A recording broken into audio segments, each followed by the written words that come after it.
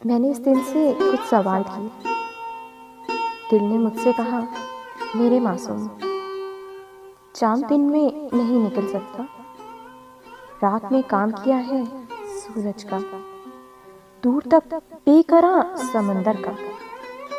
चलता पानी रुका नहीं करता, कोई सहरा बहा नहीं करता। तुम तो शायर हो, कुछ भी कह दो, मगर तितलियां रात में चमकती नहीं, दिन में जुगनू खिला नहीं करता।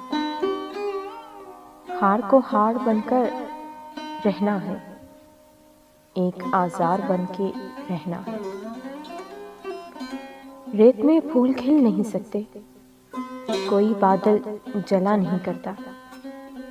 धुंध में रोशनी नहीं होती, दश्त में रास्ता नहीं मिलता। मैंने लेक्चर तवील सुन के फिर कभी दिल से ये नहीं पूछा, वो तुझे याद क्यों नहीं करता? तू उसे भूल क्यों नहीं जाता? तू उसे भूल क्यों नहीं जाता?